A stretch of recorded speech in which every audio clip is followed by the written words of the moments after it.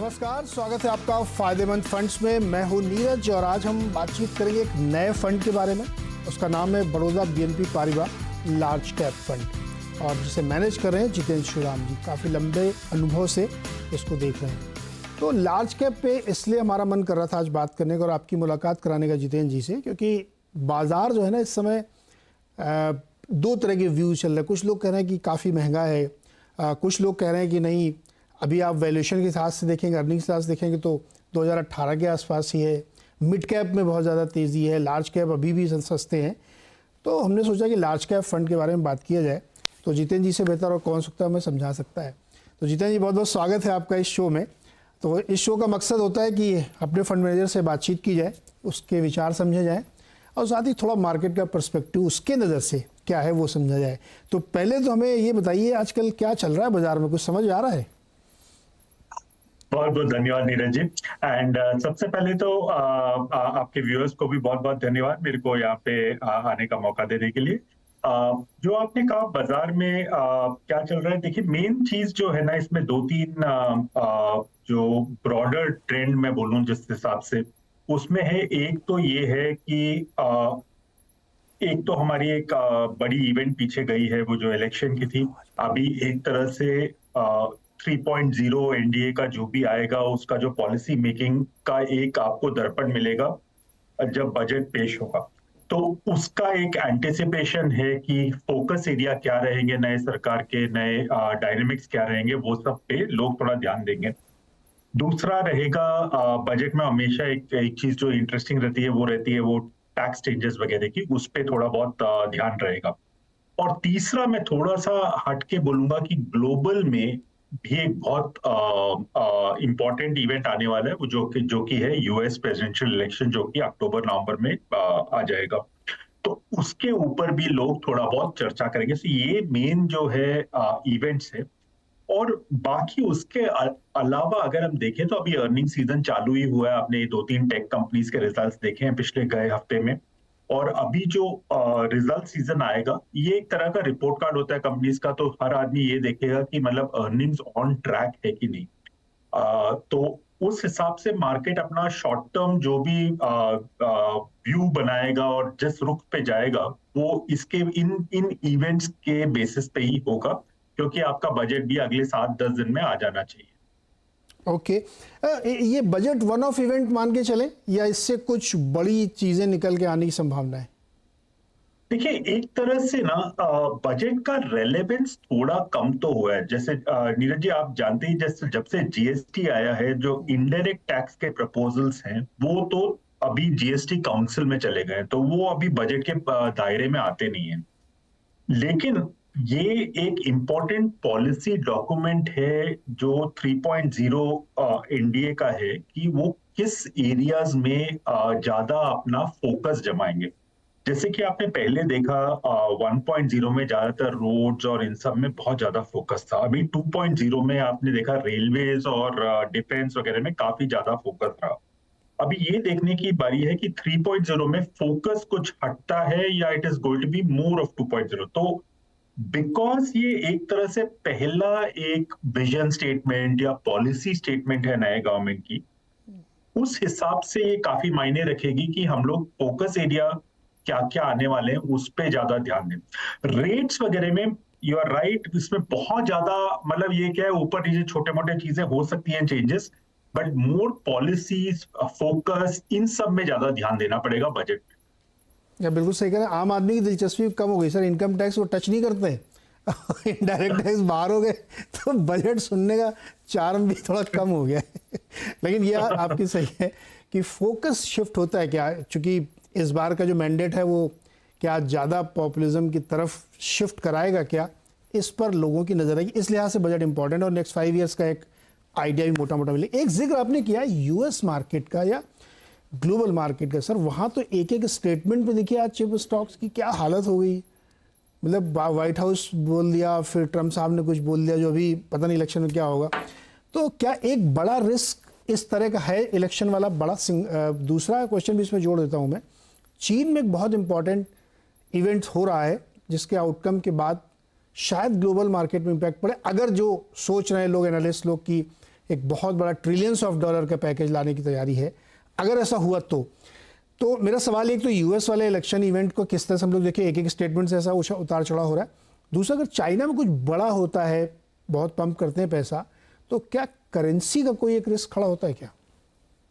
Sure. तो इसमें US पे पहले बात करेंगे। तो यूएस पे जैसे आपने बोला, एक तो ये है कि डेमोक्रेट्स की जो पॉलिसी शिफ्ट्स रहती है या स्टांस रहती है वो थोड़ी सी अलग रहती है रिपब्लिकन से। और अगर वो परिवर्तन आता है यूएस के बाजार में, तो एक तरह से हम लोग को भी उस ढांचे में ढालना वो लेना पड़ेगा कि प्रायोरिटी यूएस का शिफ्ट हो रहा है क्या। अभी तक आपने जो देखा है पिछले 4-5 सालों में, नैस्डैक हैज बेसिकली पूरा जो लीडरशिप हुई है वो नैस्डैक लेड रही है यूएस में। अभी ये देखने की बारी है कि कुछ बड़ा मैन्युफैक्चरिंग की तरफ फोकस जाता है क्या यूएस का, बिकॉज ऑलरेडी आपने पहले भी देखा हुआ है ट्रम्प साहब का कि उन्होंने काफी कुछ ड्यूटीज लगाए थे ऑन चाइना और इंपोर्ट्स फ्रॉम, और उन्होंने अभी भी हाल ही में बात भी किया ऑन यूरोपियन टैरिफ्स वगैरह। तो उधर भी ये देखना पड़ेगा कि फोकस शिफ्ट होता है क्या, because that can have a follow through effect, जो बोलते हैं कि आगे चल के क्या होने वाला है और कौन से सेक्टर ज्यादा बेटर करेंगे। दूसरा, उन्होंने ये भी बात की है कि वो ज्यादा यूएस का क्रूड प्रोडक्शन पे ज्यादा ध्यान देंगे और उसको ज्यादा बढ़ाएंगे, तो उसका इम्पैक्ट ग्लोबली क्या होता है। बिकॉज आज की तारीख में US is one of the biggest producers of food, हालांकि उसका नेट एक्सपोर्ट बहुत कम रहता है। तो इसलिए मार्केट में आप देखते हैं तो सऊदी अरेबिया का प्रभाव ज्यादा रहता है मार्केट और भाव पे, पर अगर यूएस का खुद का आउटपुट बढ़ेगा तो उसका एक इम्पैक्ट जरूर क्रूड मार्केट पे आएगा। और क्योंकि क्रूड इंडिया का सबसे बड़ा इंपोर्ट आइटम है, उसका फर्क पड़ेगा ही पड़ेगा। अभी थोड़ा सा हटके अगर हम चाइना पे बात करें, चाइना में डेफिनेटली जो इकोनॉमिक डेटा आ रहा है वो थोड़ा ये दिखा रहा है कि स्लो डाउन थोड़ा हायर है then what market was budgeting. To that extent Chinese policy makers भी ये ज्यादा ध्यान दे रहे हैं कि किस तरह से मार्केट की रिवाइवल की बात की जाए, अगर क्वांटिटेटिव ईजिंग किया जाए या फिर कुछ बजटरी इंफ्रास्ट्रक्चर स्पेंडिंग पे ध्यान दिया जाए। और इसका सबसे बड़ा इम्पैक्ट आ सकता है क्योंकि चाइना एक तरह से देखें तो in various commodities between 1/3 to half of the global demand काफी जगह अकाउंट करता है। It has been the factory to the world for a long time, और उसके वजह से आपका अगर चाइना में लोकल इन्वेस्टमेंट्स में कुछ ज्यादा दबाव या ज्यादा प्रभाव पड़ता है तो ये हो सकता है कि कमोडिटी प्राइसेस में थोड़ा बहुत स्पाइक आ जाए। तो उस हिसाब से हमको चाइना पे भी ध्यान देना पड़ेगा। और आपने जो कहा कि वहां पे काफी ट्रिलियंस की बात हो रही है और ये सब, वो हम लोग को ध्यान में रखना पड़ेगा उसके हिसाब से। इंटरेस्टिंग। तो ये दो बड़े इवेंट हैं ग्लोबली जो शायद क्या मतलब पक्के तौर पे मार्केट को इम्पैक्ट करेंगे ही, क्योंकि दो बहुत बड़े मार्केट हैं और भारत का उनसे सीधे लेना देना है। तो अब बात करेंगे Baroda BNP Paribas large cap fund के बारे में, जिसे जितेंद्र जी मैनेज करते हैं। जितेंद्र जी, एक बड़ी दुविधा हमारे दर्शकों के मन में, ज़्यादा थ्रिलिंग रैली मिड कैप में चलती है लार्ज कैप वाले बहुत अच्छी क्वालिटी के स्टॉक ले स्लो चलते हैं। तो एक मन होता है कि भाई सेफ्टी ध्यान रखना चाहिए, कभी भी एक्सीडेंट हो सकता है। तो क्या इस वक्त लार्ज कैप स्टॉक्स में निवेशित रहना ज़्यादा बेहतर है बनिस्बत मिड कैप के, हालांकि अर्निंग्स उनकी आउट परफॉर्म करी लार्ज कैप को? श्योर। आपने एक बड़ा इंटरेस्टिंग सवाल पूछा है इसमें, क्योंकि इसमें क्या है, आप एक टीम में, अभी जैसे हाल ही में हम लोग क्रिकेट जीते तो क्रिकेट का एक एग्जांपल इसमें बनता है थोड़ा, क्योंकि आप एक पूरी टीम फुल सहवाग जैसे प्लेयर से नहीं भर सकते हैं। तो क्या है, एक स्टेबिलिटी की भी जरूरत होती है, क्योंकि आपको एक तरह से एक सॉलिड, जैसे एक राहुल द्रविड़ टाइप के प्लेयर की भी जरूरत होती है, क्योंकि कभी पिच उटपटान हो या बॉलिंग उटपटान हो तो you need somebody who is able to defend very well also. खाली एग्रेशन हर टाइम पे काम नहीं आते। तो not to take anything from the talent and capability of these players, but just I'm saying the style is different. तो इसके लिए मैं ये कहूंगा कि जो लार्ज कैप सेगमेंट है वो बेसिकली एक तरह से mister dependable of the investment world है, क्योंकि जो एक यहाँ पे जो कंपनीज हैं इन्होंने ये लार्ज कैप बने हैं क्योंकि ये काफी तप के आए हैं, काफी सारी साइकिल्स देखी उन्होंने। आप पिछले 25-30 साल की ले लीजिए, एशियन क्राइसिस हुआ, उसके बाद टेक का मेल्टडाउन हुआ, उसके बाद ग्लोबल फाइनेंशियल क्राइसिस हुआ, उसके बाद टेपर टैंट्रम हुआ, फिर कोविड जो हाल ही में हुआ, ये इतने सारे साइकिल को झेल के तब के उससे निकले हैं और तब जाके इतनी बड़ी कंपनियां हुई हैं। तो इनके पास वो क्षमता रहती है कि ये कुछ भी अप्स एंड डाउन्स आती हैं आपके बिजनेस में, तो वो सहन करने की एक क्षमता रहती है।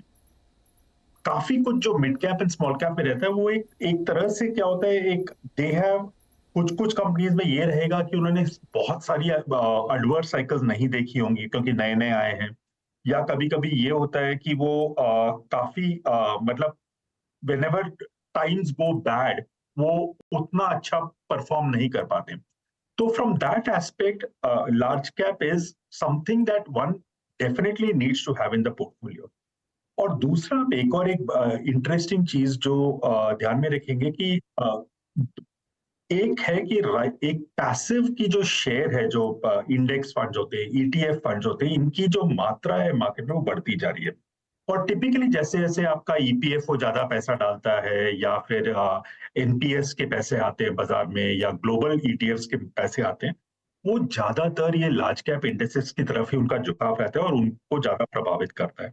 और उसी के साथ साथ एक और जो चीज जो ऐड हो रही है वो ये है कि लास्ट 2-3 साल में आपका मेन जो मार्केट को चला है वो लोकल पैसा है। फॉरेन पैसा has been far more limited in this period because dollar बहुत स्ट्रांग रहा, विच मेंट कि आपका जो फ्लो जो इमर्जिंग मार्केट को आता था वो उतना ज्यादा हद तक स्ट्रांग नहीं रहा। नाउ अब आप एक तरह से उस सिचुएशन में पहुंच गए जब globally central banks are going to cut rates. ECB ने तो आपको एक झलक दिखाई दिया लास्ट महीने जब उसने रेट काटा। Some time in future Fed भी काटेगा, आप बोलो 2 क्वार्टर 3 क्वार्टर जो भी आपका अनुमान रहे। जब ये कट आएगा तो आपका एक तरह से डॉलर की स्ट्रेंथ कम होगी और उसके हिसाब से आपका फ्लो इमर्जिंग मार्केट की तरफ आएगा। और जब फॉरेन मनी आता है वो typically more large cap polarise रहता है, बिकॉज उनको क्या है, 25 मार्केट में इन्वेस्ट करना है, वो हर जगह इतना डेप्थ में जा नहीं सकते, वो टिपिकली हर बाजार का जो मेन लीडर्स रहते हैं उन पे इन्वेस्ट करते हैं। तो मेरे हिसाब से लार्ज कैप का एक केस अच्छा खासा बना हुआ है क्योंकि उनके लिए नेक्स्ट 2-3 साल के लिए काफी काफी डिसेंट ड्राइवर्स है इन सब चीजों से विच वुड बेनिफिट। आप ये कह रहे हैं कि सास भी कभी बहू थी, तो उसका जमाना गया नहीं है। एक क्वेश्चन जितेंद्र जी, जो आपके बोर्ड रूम में डिस्कस होता होगा, अभी देखिए ना जमाना कैसे बदल रहा कल्चरली। आप लोग भी इन्वेस्टर साइकोलॉजी को ध्यान में रखते हुए अपने प्लान्स बनाते होंगे। अब वर्ल्ड मतलब 5 डे मैच के बजाय लोग T20 में ज़्यादा फोकस, उसी में ज़्यादा पैसा बन रहा है लोगों का। रील्स में लोगों का फोकस है, बड़े बड़े शोज़ में किसी का इंटरेस्ट नहीं है। आपने देखा कॉफ़ी की दुकानें बहुत हैं, चाय के इतने बड़े बड़े ब्रांड नहीं, इंस्टेंट कॉफ़ी का ज़माना है। फास्ट फैशन का मार्केट $10 बिलियन से $50 बिलियन की तरफ बढ़ रहा है। F&O का वॉल्यूम इक्वल टू US हो गया है। तो एक जो सीरियस नोट पे एक जो साइकोलॉजिकल चेंज आ रहा है इन्वेस्टर्स के दिमाग में, लोगों के दिमाग में, इसको एड्रेस कैसे किया जाए? क्योंकि हम ये चाहते हैं कि सेफ्टी ज़रूरी है। हो सकता है कि कई बार बबल होते हैं, लेकिन सेफ्टी बहुत ज़रूरी है क्योंकि आप वेल्थ क्रिएशन की जर्नी में जब जाते हैं तो थोड़ा सा आपको संजीदा होना चाहिए। लेकिन ये सब चीज़ें हो रही हैं हमारी सोसाइटी में, तो आप लोगों के यहाँ डिस्कस ज़रूर होता होगा बोर्ड रूम में कि यार ये सब नया ट्रेंड निकल के आ रहा है, तो वो कैसे आप लोग एड्रेस करते हैं? इसमें देखिए देखिए मैं तो एक चीज सिंपल बोलूंगा कि अगर आप फुल टाइम मार्केट देख रहे हैं या आपको उसकी समझ है, तब आप ये डेफिनेटली ये जैसे F&O सेगमेंट हुआ या जो भी हायर वॉलेटाइल सेगमेंट हुआ वो आप कर सकते हैं। क्योंकि मेनली देखिए आपने क्या किया, आपने ₹10 के सामने ₹50 का या ₹40 का एक्सपोजर ले लिया। तो मॉनिटरिंग इसमें बहुत जरूरी है। काफी लोग क्या करते हैं, वो उनकी एक तरह से ना इक्विटी मार्केट इन्वेस्टमेंट एक हॉबी रहती है, और वो जब आ जाते हैं F&O में then it becomes very risky, क्योंकि आप ना तो मॉनिटर कर रहे हो उस फ्रीक्वेंसी या उस डेप्थ से जो कि जरूरी है इन सब चीजों के लिए।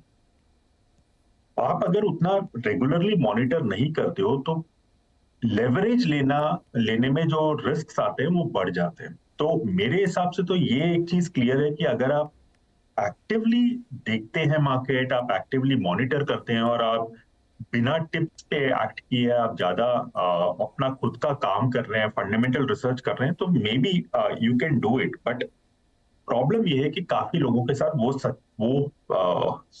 सत्य नहीं होता है, वो लोग इतना ज्यादा ध्यान नहीं देते हैं और बेसिकली जो भी विस्पर घूम रहा है या ट्रिप टिप घूम रहा है उसके बेसिस पे इन्वेस्ट कर देते हैं, और प्रॉब्लम होता है कि फिर वो एक्सपीरियंस खराब हो जाता है आपका, क्योंकि कहीं ना कहीं जाके वो तकलीफ देके जाता है।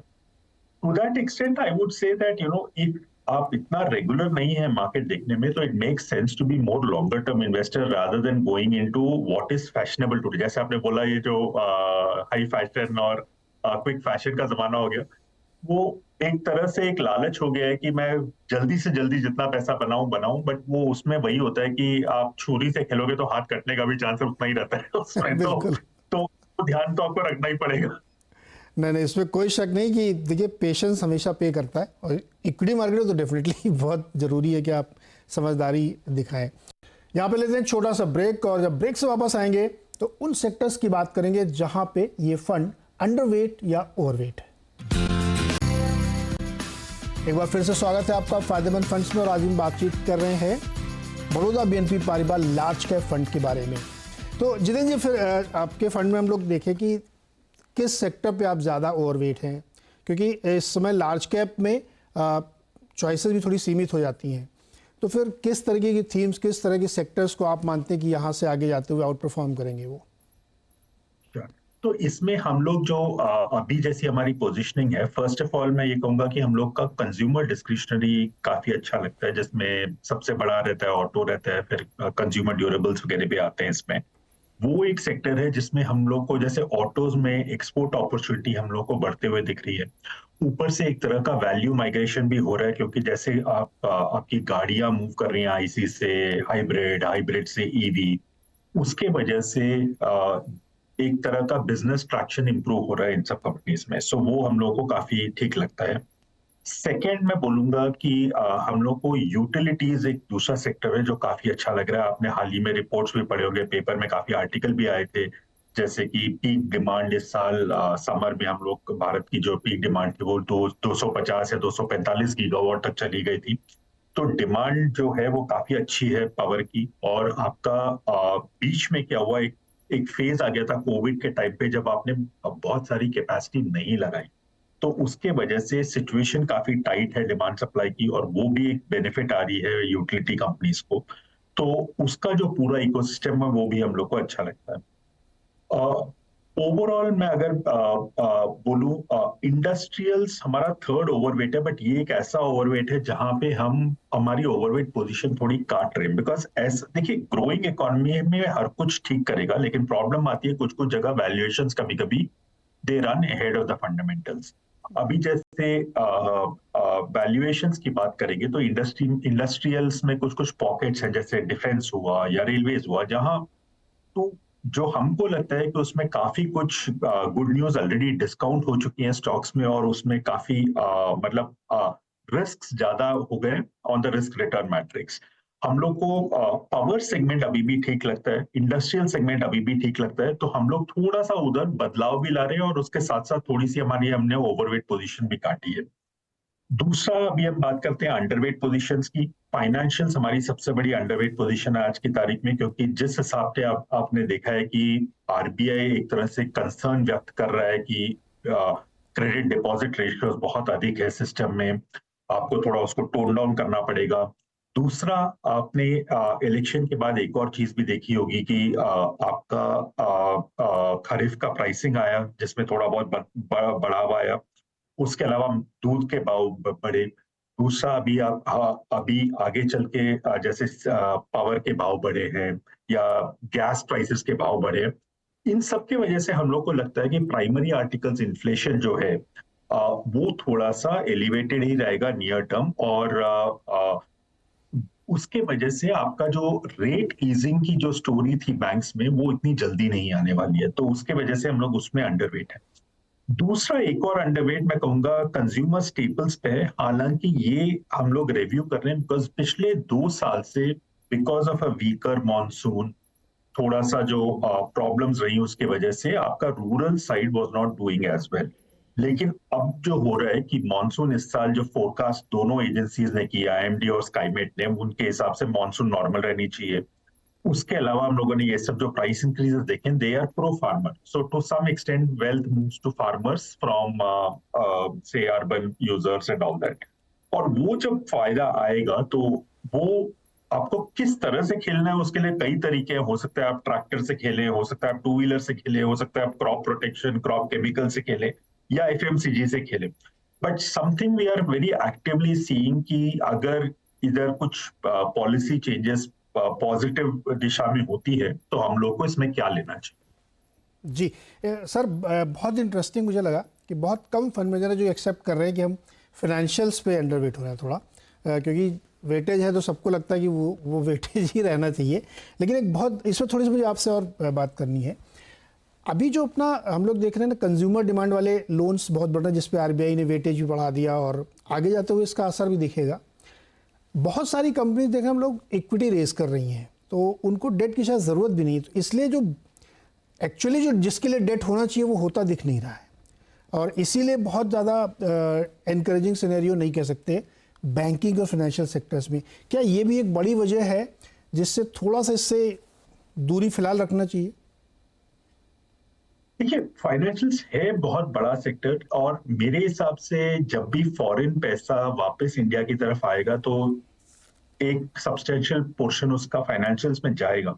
तो आई विल नॉट से कि आप फाइनेंशियल में जीरो हो जाए या वो, बट अंडरवेट आज की तारीख में बनता है, बिकॉज मार्केट अगर एक्सपेक्ट कर रहा है कि इधर क्रेडिट ग्रोथ 18 से 20% रहेगा या जो भी रहेगा, मेरे हिसाब से the way RBI is express concern कि क्रेडिट डिपॉजिट रेशियो थोड़े एलिवेटेड है, थोड़ा आपको डिपॉजिट्स बढ़ा के क्रेडिट कम करना चाहिए। मेरे हिसाब से क्रेडिट ग्रोथ में थोड़ी डिसअपॉइंटमेंट आ सकती है कि वो शायद मिड टीन्स के आसपास आ जाए।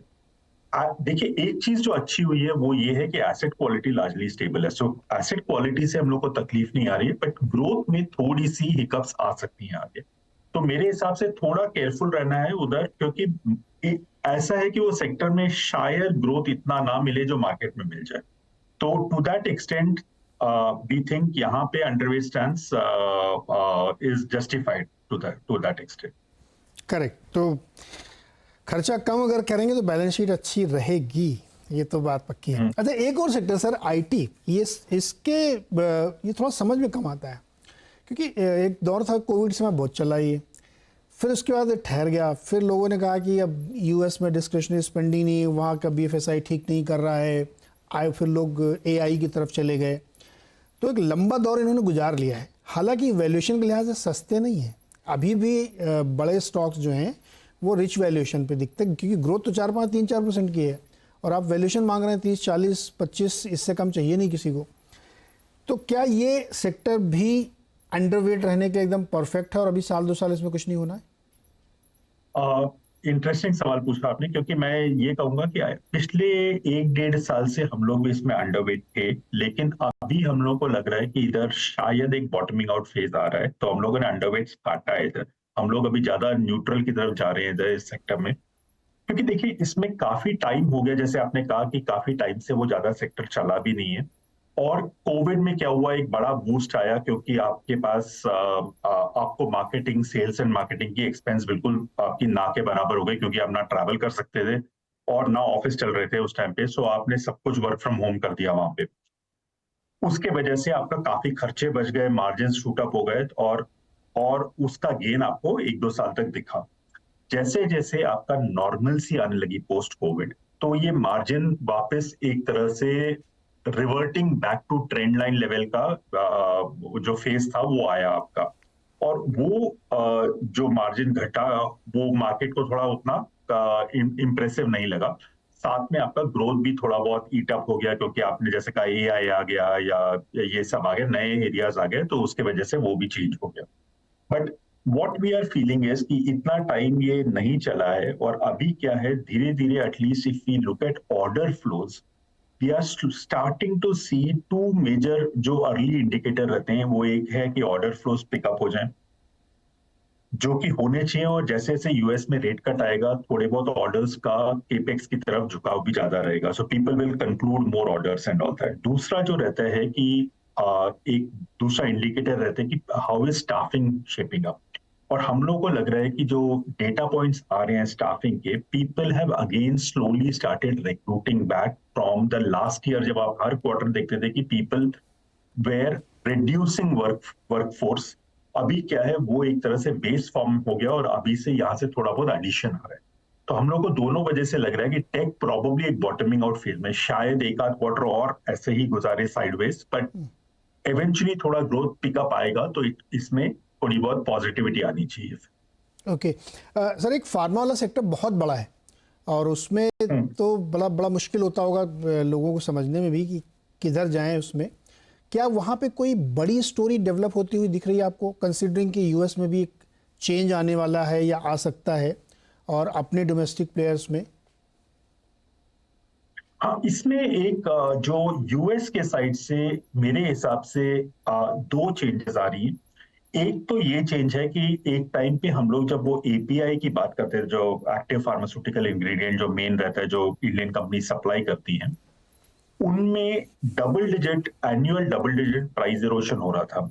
आज की तारीख में वो प्राइस इरोशन कम होके तकरीबन सिंगल डिजिट्स में आ गया है।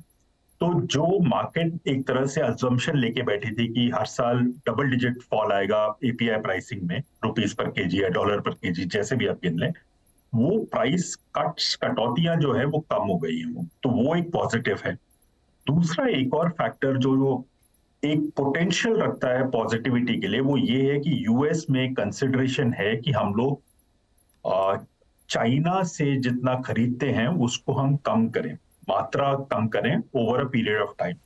अगर वो एक्टिवली कंसिडर होता है, and specially it is more relevant because वहां पे एक चेंज ऑफ एडमिनिस्ट्रेशन भी होने वाला है, अगर वो होता है तो it can be very interesting to see because India is one of the largest API suppliers in the world. So what could be actually disadvantage China could become advantage India. तो अगर वो दोनों ट्रिगर प्ले आउट होती है तो pharma में काफी positive sentiment आ सकती है। तो that is something we have to keep in mind. मेरे पास आज की तारीख में ये सारे जवाब है नहीं कि वो रेगुलेशन कैसे प्ले आउट करेगा या क्या है, but I would definitely keep it on my radar at this point of time. Okay Jitendra sir, बहुत मज़ा आया बातचीत करके आपसे और बहुत सारी क्लैरिटी। तो जो इसके निवेशक फंड वाले लोग हैं, दर्शक लोग, वो उनको मज़ा आता है, जो कि उनको अपॉर्चुनिटीज़ कम मिलती है कि वो अपने फंड मैनेजर की सीधे सीधे सुने। तो आई होप कि आप लोगों को बहुत कुछ समझ में आया होगा, सीखने को मिला होगा मार्केट और फंड के बारे में। सर बहुत बहुत शुक्रिया हमारे साथ जुड़ने के लिए और बहुत शुभकामनाएं आपको। बहुत बहुत धन्यवाद आपको भी, थैंक यू सो मच। तो ये था इस हफ्ते का फायदेमंद फंड। अगले हफ्ते एक और नए फंड और फंड मैनेजर से आपकी मुलाकात होगी। तब तक के लिए हमें इजाज़त दीजिए। नमस्कार।